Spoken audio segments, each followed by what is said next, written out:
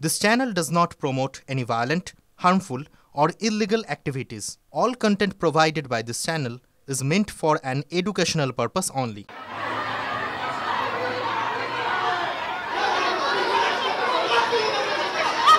স্কুলের বিল্ডিং এর কাজ ভেঙে রক্তাক্ত হলো পড়ুয়া, বিক্ষোভে তপ্ত দক্ষিণ কলকাতার নবনালন্দা স্কুল। দেখতে পাচ্ছেন অভিভাবকরা বিক্ষোভে ফেটে পড়েছেন, সেখানে প্রিন্সিপালকে ঘিরে ধরে বিক্ষোভ চলছে। আহত 3 জন পড়ুয়া, তারা ভর্তি রয়েছে বেসরকারি হাসপাতালে। একজনের আঘাত যথেষ্ট গুরুতর। পড়ুয়াদের সুরক্ষা নিয়ে এবার উঠছে প্রশ্ন, কারণ স্কুল কর্তৃপক্ষের বিরুদ্ধে এবার গাফিলতির অভিযোগে স্কুলে তুমুল বিক্ষোভ দেখাচ্ছেন অভিভাবকরা। শিক্ষকদের সঙ্গে দফায় দফায় বাগ বিতণ্ডায় জড়িয়ে পড়েন অভিভাবকরা। প্রিন্সিপালের সঙ্গে দেখা করতে দেওয়ার দাবিতে দীর্ঘক্ষণ ধরে চলে বিক্ষোভ অভিভাবকদের। এখনো সেই বিক্ষোভ চলছে। বিক্ষোভের ছবি দেখছেন আপনারা এই মুহূর্তে TV9 বাংলার পর্দায়, এক্সক্লুসিভ সেই ছবি।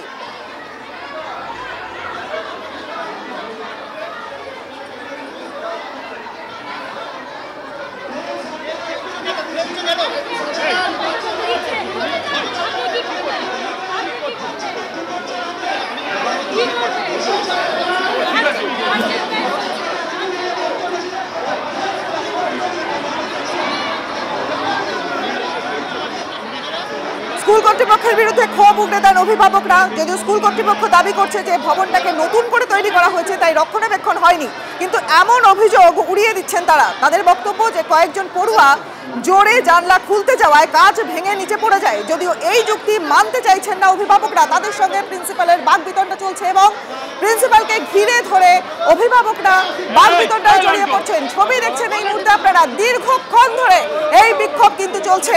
আজ 7 সকালের ঘটনা। স্কুলের বিল্ডিং এর কাজ ভেঙে রক্তাক্ত হয়ে গেল পড়ুয়া। বিক্ষোভে তপ্ত দক্ষিণ কলকাতার নবনালন্দা স্কুল। 3 জন পড়ুয়া আহত হয়েছে, তারা ভর্তি রয়েছে বেসরকারি হাসপাতালে। একজনের আঘাত যথেষ্ট গুরুতর। পড়ুয়াদের সুরক্ষা নিয়ে এবার উঠছে প্রশ্ন, কারণ স্কুল কর্তৃপক্ষের বিরুদ্ধে এবার গাফিলতির অভিযোগে স্কুলে তুমুল বিক্ষোভ অভিভাবকদের।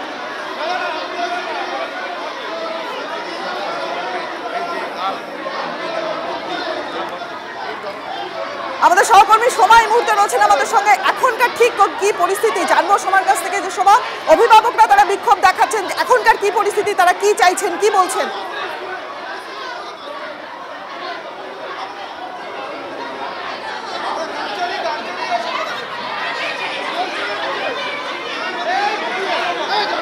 শুনতেই পাচ্ছেন, দেখতে পাচ্ছেন যে কি পরিস্থিতি সেখানে। প্রচন্ড উত্তেজনা তৈরি হচ্ছে, তুমুল বিক্ষোভ অভিভাবকদের মধ্যে ছড়িয়ে পড়েছে। শিক্ষকদের সঙ্গে দফায় দফায় বাকবিতণ্ডায় জড়িয়ে পড়েছেন অভিভাবকরা। প্রিন্সিপালের সঙ্গে দেখা করতে দেওয়া নিয়েও কিন্তু দীর্ঘক্ষণ ধরে বিক্ষোভ চলে। বিক্ষোভ দেখান অভিভাবকরা। শেষমেশে জোর করে প্রিন্সিপাল রুমে ঢুকে পড়েন অভিভাবকরা। স্কুলের অ্যাম্বুলেন্স দেরিতে আসে বলে অভিযোগ করছেন অভিভাবকরা। বড় অভিযোগ। আমাকে বলতে দেবেন তো, বলবো। এটা একটু সামনাসামনি আলোচনা হলে আপনার রিপ্রেজেন্টেটিভ আসুন না, আজকেই আসুন 15-20 জন সিলেক্ট আসুন। রাতারাতি কত ঠিক হয় সেটা তো আমাদেরও কি লুক বলছে সেটা বলতে হবে আপনাদের। 7 কি বলেছে?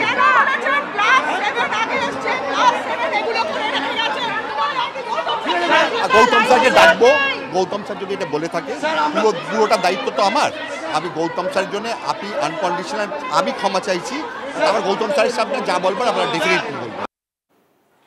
আমাদের সহকর্মী সময় এই মুহূর্তে রয়েছেন আমাদের সঙ্গে। সময়ের সঙ্গে যোগাযোগ করেছি আমরা। সময়, এখনকার কি পরিস্থিতি, অভিভাবকরা কি বলছেন?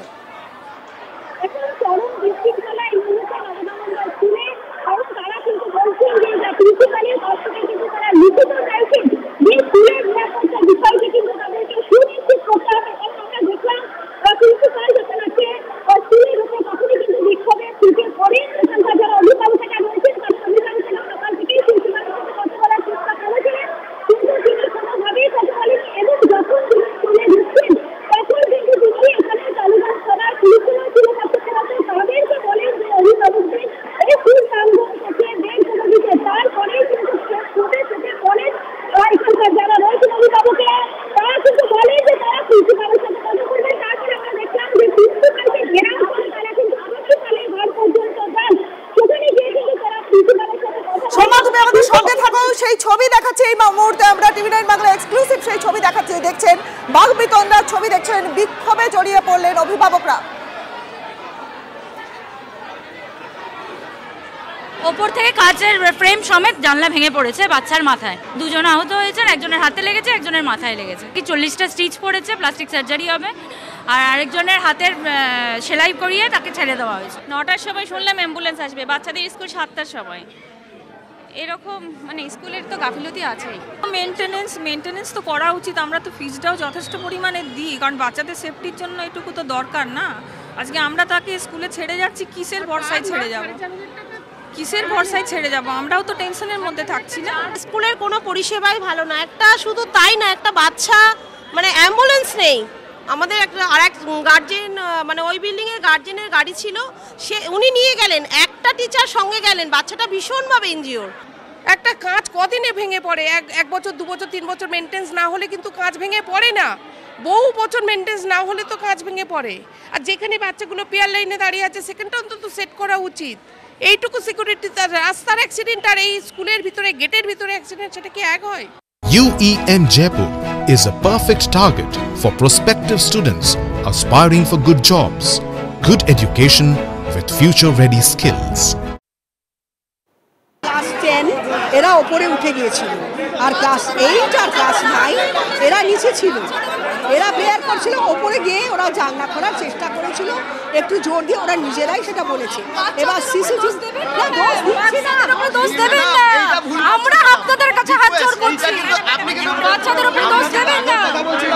ভুল করছেন ম্যাডাম, বাচ্চাদের দোষ দেবেন না। আপনি অরিজিৎ স্যারকে বলুন আসতে। আমাদের একটাই দাবি, দাঁড়ান, আমাদের একটাই দাবি, কিন্তু এটা হয়েছে আপনাদের মেইনটেনেন্সের দোষে হয়েছে, তাহলে বাচ্চাদের নামে বলছেন কেন? এক মিনিট, বাচ্চাটা খুলেছে বলে ম্যাডাম, ও ম্যাডাম, ম্যাডাম অরিজিৎ স্যার কখন আসবে? ম্যাডাম অরিজিৎ স্যার কখন আসবে? ম্যাডাম অরিজিৎ স্যার কখন আসবে? বাচ্চাটার ব্যবস্থা করে তারপরে কখন? আমি তো ধরা বাঁধা টাইম বলতে পারবো। ব্যবস্থা কি করবে ম্যাডাম? ব্যবস্থাটা কি করবে? বাচ্চাদের গায়ে এত দৌড় কি করবে?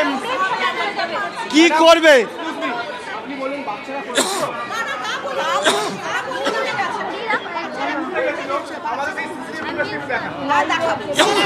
জানলার 3 ইঞ্চি স্ক্রু দেওয়া থাকে চারিদিকে, বাড়ির জানালাগুলো দেখান দেখান, কখন দেখবো? কখন স্যার কখন আসবে জিজ্ঞেস করুন আপনারা। এখন তো ফোন আছে, এইখানে জিজ্ঞেস করুন ম্যাডাম, এইখানে জিজ্ঞেস করুন।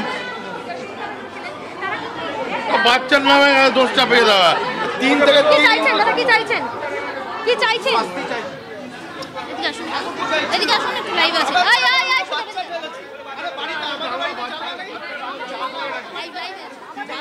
এই বক্তব্যের পরে কিন্তু পরিস্থিতি ঘোরালো হয়ে ওঠে, জটিল হয়ে ওঠে পরিস্থিতি। স্কুল কর্তৃপক্ষের বিরুদ্ধে গাফিলতির অভিযোগ তোলেন অভিভাবকরা, তারা বিক্ষোভে ফেটে পড়েন ঠিক এই বক্তব্যের পরে।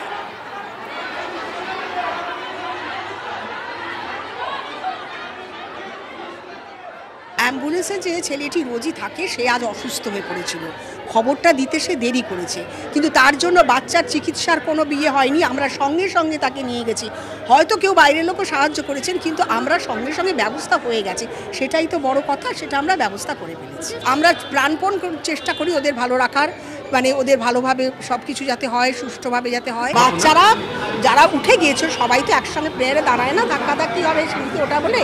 এবারে যারা বাচ্চারা উঠে গেছে তারাই, যেটুকু আমি খবর পেলাম, ওরাই জানলা দরজা ধাক্কে খুলতে গিয়েছে, ওরাই পড়ে গেছে, ওরাই বলেছে যা। আমরা কিন্তু নিজেরা এখনো ইনভেস্টিগেশন যাবারই শুরু অবকাশ পাইনি।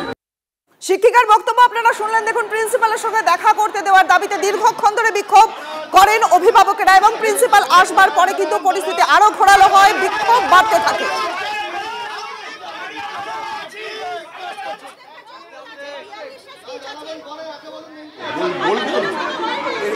এটা একটু সামনাসামনি আলোচনা হলে আপনার রিপ্রেজেন্টেটিভ আসুন না, আজকেই আসুন, আজকেই আসুন, আজকেই আসুন, 15-20 জন সিলেক্ট আসুন।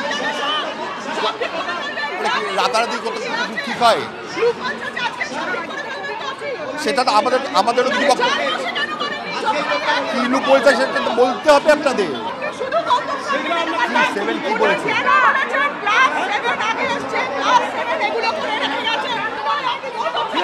গৌতম স্যারকে ডাকবো, গৌতম স্যার যদি এটা বলে থাকে পুরোটা দায়িত্ব তো আমার। আমি গৌতম স্যারের জন্য আপনি আনকন্ডিশনাল আমি ক্ষমা চাইছি। আবার গৌতম স্যারের সামনে যা বলবেন আপনারা ডেফিনেটলি বলবেন।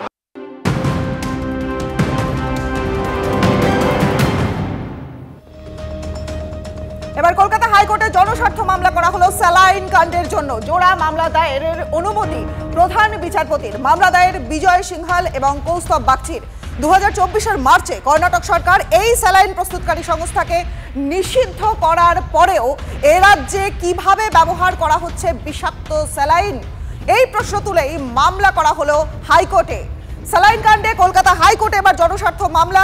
বিস্তারিত জানবো, আমাদের সহকর্মী শ্রাবন্তী রয়েছেন এই মুহূর্তে আমাদের সঙ্গে। শ্রাবন্তী, 2024-এর মার্চ মাসে কর্ণাটক সরকার এই স্যালাইন প্রস্তুতকারী সংস্থাকে নিষিদ্ধ করার পরেও এ রাজ্যে কিভাবে এই স্যালাইন চলছে সেই এবং তাকে কেন নিষিদ্ধ করা হচ্ছে না, এই প্রশ্ন তুলেই আইনজীবী কৌস্তব বাগচি তিনি মামলা দায়ের করেছেন। একই সঙ্গে এই আরো একজন মামলা দায়ের করেছেন বিজয় সিংহল।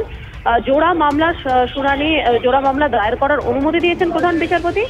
আগামী বৃহস্পতিবার এই মামলার শুনানি হবে। একেবারে শুরুতেই থাকছে সেখানে এই যে মামলা রয়েছে সেখানে এই বিষয়ে উত্তর দিতে হবে রাজ্য সরকারকে। বেশ, অনেক ধন্যবাদ শ্রাবন্তী তোমায়, তুমি নজর রাখো।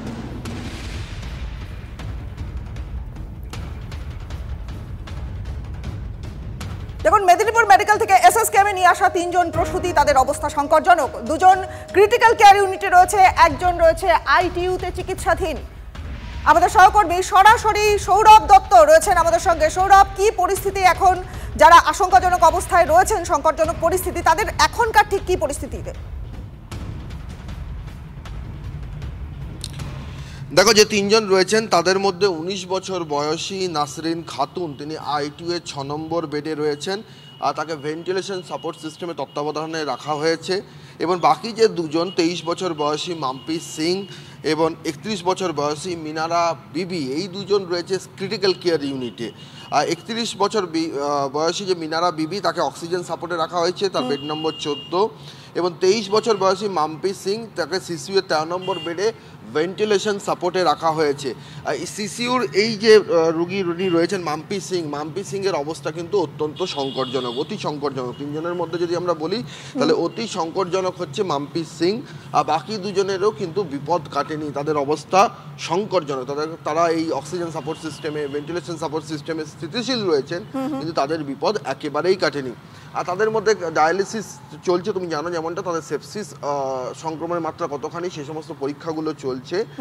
ইউরিন আউটপুটের যেহেতু নেই সেহেতু ডায়ালিসিস চলছে, এবং সেটা হিমোডায়ালিসিস, কারণ তাদের হিমোগ্লোবিনের মাত্রা বাড়ানোর জন্য রক্তও তাদেরকে দিতে হচ্ছে। রনিপা, বেশ, অনেক ধন্যবাদ সৌরভ, তোমায় নজর রাখো।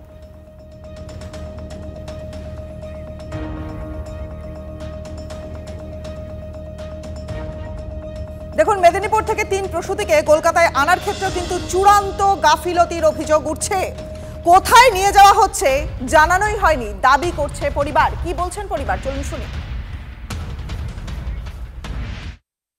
বলতে গেলে তো সিকিউরিটি তো ঢুকতে দেয়নি, ডাক্তারের সাথে কথা বলবো কি করে, সে তো ঢুকতে দেয়নি। না, বলে না এখন যাওয়া যাবে না। ট্রান্সফার যে করছে সে যে কথা বলছে আমার মেয়েটা, যে ভর্তি করার পরে কি করলো জানিনি, বলতে পারবো না। সেই থেকে আমার মেয়েটা আর কথা বলে না। আর কদিন হলো বলো? মানে ইঞ্জেকশন 3,500 টাকা করে কিনতে হয়েছে, কলকাতা থেকে আবার ব্লাড নিয়ে যেতে হয়েছে।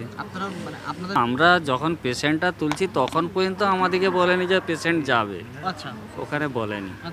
গাড়িতে উঠছে এই অ্যাম্বুলেন্সে, তাও বলেনি যে এই রুগীটা উঠবে, এরকমও বলে না। হ্যাঁ, এবারে যে গাড়িতে জানতে চাইলেও কি করে বলবে কোন ডাক্তার কে কি, ওরকম তো সিস্টেম নাই ওখানে। মানে কোন ডাক্তার চিকিৎসা করছে সেই কিছু সেও জানি না।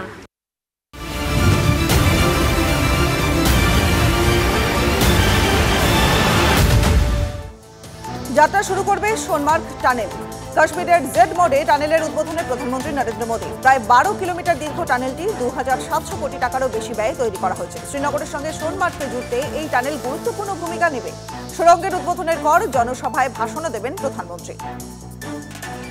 কড়া নিরাপত্তা বলয়ে প্রধানমন্ত্রী সফর। জেড মোড় টানেলের কাছে নিরাপত্তা জোরদার করা হয়েছে। বহুস্তরীয় নিরাপত্তা ব্যবস্থা, ঝুঁকিপূর্ণ এলাকায় বিশাল সংখ্যক নিরাপত্তা কর্মী মোতায়েন করা হয়েছে। কয়েক ডজন চেকপোস্ট নতুন করে স্থাপিত।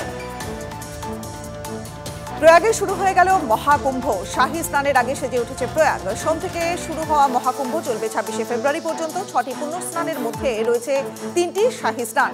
40 কোটি ভক্ত সমাগমের আশা রয়েছে। নিরাপত্তার কড়া নজরদারি।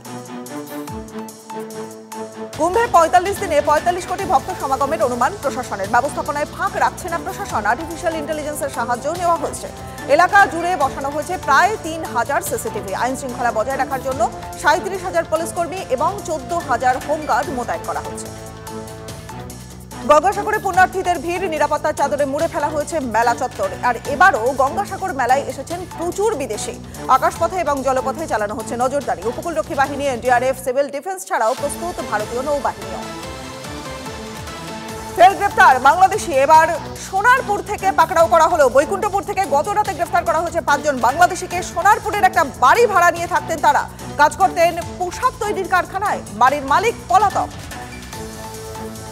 শুভেন্দুগড়ে অবাধে বালি চুরির অভিযোগ উঠছে। রূপনারায়ণ এবং হলদি নদীর চর থেকে দিন রাত এক করে তোলা হচ্ছে বালি।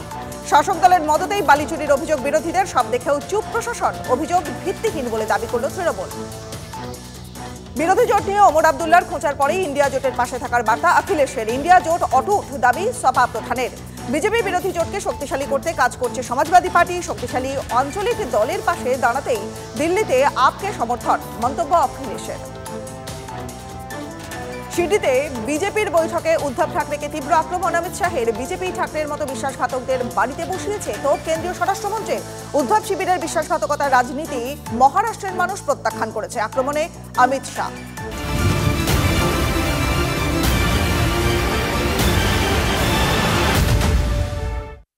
রাজ্যের প্রাইমারি স্কুলগুলির দুরবস্থা নিয়ে আমরা আগে অনেক খবর করেছি। কোথাও স্কুলের পরিকাঠামো নেই, কোথাও ছাত্র আছে তো শিক্ষক নেই, আবার কোথাও শিক্ষক থেকেও ছাত্রের অভাব। কিন্তু এমন উদাহরণও আছে যেখানে পর্যাপ্ত পরিকাঠামো থাকা সত্ত্বেও ঢুকছে স্কুল।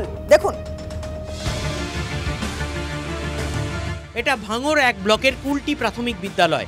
দোতলা বিল্ডিং, রয়েছে সাজানো গোছানো একাধিক ক্লাসরুম, মিড ডে মিলের ব্যবস্থাও। অথচ এই স্কুলই কিনা ধুঁকছে শিক্ষকের অভাবে। স্কুলের মোট ছাত্রছাত্রী 18, শিক্ষক 2 জন। সব ছাত্রছাত্রী যেমন রোজ উপস্থিত থাকে না, তেমন 2 শিক্ষকও নিয়মিত আসেন না। তাই একটি ক্লাসরুমেই চলে 1ম থেকে 4র্থ শ্রেণীর ক্লাস। একটি মাত্র ক্লাসরুমেই ঠিক এইভাবেই পড়াশোনা করে 1 থেকে 4 পর্যন্ত এই স্কুলের ছাত্রছাত্রীরা। 2 জন মাত্র শিক্ষক। আজকে আবার একজন আসেননি। একজন শিক্ষকের পক্ষে একটি ক্লাসরুমে সকল ছাত্রছাত্রীকে নিয়ে কিভাবে পড়ানো সম্ভব এবং যথাযথ শিক্ষাদান করা সম্ভব সেই নিয়ে উঠছে প্রশ্ন। চাইব যে স্টুডেন্ট সংখ্যা আরও বাড়ুক, প্রত্যেকটা ক্লাস যাতে সেপারেটলি আলাদা রুমে থাকে, টিচারও বাড়ুক, যাতে পড়াশোনাটা আরও ভালো হয় এবং পরিকাঠামো যাতে আরও ভালো হয় সেটা আমি চাইব। পরিকাঠামো আছে, বিল্ডিং আছে, কিন্তু পড়ুয়ার সংখ্যা এমন বেহাল কেন? এটাও তো ঠিকঠাক করে আসে না। আমরা যতটা দেখি এই স্কুলের হেড স্যারও রেগুলার তো আমরা কোনোদিনই দেখি না। আমি তো পাড়ারই ছেলে, আর একজন টিচার আছে উনি তো প্রায়ই আসে, উনি ওনাকে দেখা যায়, কিন্তু হেড স্যারকে আমরা দেখি না সেইভাবে। তো স্টুডেন্টও সেইভাবে আসে না। এলাকার সব স্টুডেন্টরাই ম্যাক্সিমামটাই এই স্কুলেই যায় বেশিরভাগ। ঠিকঠাক করে চলে তাহলে নিশ্চয়ই তো গার্জিয়ানরাও বাচ্চাগুলো পাঠাবে না। খাওয়া দাওয়ার পরিমাণ যদি ঠিকঠাক হয়, পড়াশোনাও যদি ঠিকঠাক হয়, নিশ্চয়ই পাঠাবে। কেন পারবে না? এখন মানুষ ভালোই সতর্ক আছে, খাওয়া হোক আর না হোক পড়াশোনা শেখানোর জন্য সবাই দৌড়াচ্ছে। মানে সরকারি স্কুলে পড়াশোনাগুলো আরো ভালো হওয়া উচিত। আর ভালো না হওয়ার জন্যই ছাত্রছাত্রী আসছে না। খাওয়া দাওয়া সেরকম সবাই মানে সবাই একটা ভাবনা সরকারি স্কুলে পড়াশোনা সেরকম হয় না। সরকারি স্কুলের পড়াশোনার এই হাল দেখে কে আর ছেলে মেয়েদের পাঠাবেন? স্বাভাবিকভাবেই ভাঙড়ে ছাতার মতো গজিয়ে উঠছে বেসরকারি স্কুল। গুলো যা যা প্রয়োজন, অভিভাবকরা যা চাইছে যা তা বেসরকারি স্কুলগুলো দিতে পারছে। বিভিন্ন অ্যাক্টিভিটিস থেকে শুরু করে যা যা প্রয়োজন। এখন বেসরকারি স্কুল সিটি ইংলিশের কথা যদি বলি, তাহলে এত কম খরচে এখানে যদি এরকম শিক্ষা পাওয়া যায়, তাহলে কেন বেসরকারি স্কুল ছেড়ে সরকারি স্কুল যাবে? এই পরিস্থিতির জন্য রাজ্য সরকারের শিক্ষা ব্যবস্থাকেই দায়ী করছেন বিরোধীরা। তৃণমূলের প্রাইমারি শিক্ষক সংগঠনের নেতাদের অবশ্য দাবি, সরকারি স্কুলের পরিকাঠামো যথেষ্টই ভালো। পশ্চিমবাংলার শিক্ষা ব্যবস্থা যে রসাতলে গেছে তার অন্যতম আমরা দেখতে পাচ্ছি যে শিক্ষা দপ্তরটাই জেলে আছে এই নিয়োগকে কেন্দ্র করে। নিয়োগ যদি বাড়াতে পারত, পরিকাঠামোকে যদি আর উন্নত করতে পারত, তাহলে স্কুলগুলোতে ছাত্র সংখ্যা বাড়ত। স্কুল থেকে পালিয়ে গিয়ে প্রাইভেট স্কুলে ভর্তি করার প্রবণতা কমতো। বঙ্গ সরকার যে বিজ্ঞান ভিত্তিক শিক্ষা ব্যবস্থাকে প্রণয়ন করেছেন, সেই প্রণয়নের ক্ষেত্রে আপনার বাচ্চাকে আপনারা প্রাথমিক স্কুলে ভর্তি করুন। সরকারি স্কুলে ভর্তি করলে সময় উপযোগী শিক্ষা পাবে, জয়ফুল লার্নিং পাবে এবং তার পাশাপাশি চাপমুক্ত শিক্ষা পাবে এবং বই, খাতা, জুতো, অনেক সামগ্রী ফ্রিতে মিড ডে মিল এগুলো পেতে থাকবে। শিক্ষক নিয়োগ দুর্নীতির অভিযোগে তদন্ত চালাচ্ছে ইডি, সিবিআই। দুর্নীতির প্রত্যক্ষ প্রভাব এবার দেখা যাচ্ছে রাজ্যের স্কুলগুলিতে। শিক্ষকের অভাবে ছাত্রশূন্য হয়ে পড়ছে স্কুলগুলো। এমন অবস্থায় এই বিল্ডিংগুলির ভবিষ্যৎ কি? আগামী দিনে কি স্কুলগুলো বন্ধই হয়ে যাবে? শিক্ষাকর্তারাই এর ঠিকঠাক উত্তর দিতে পারবেন। সত্যজিৎ মণ্ডলের রিপোর্ট, TV9 বাংলা।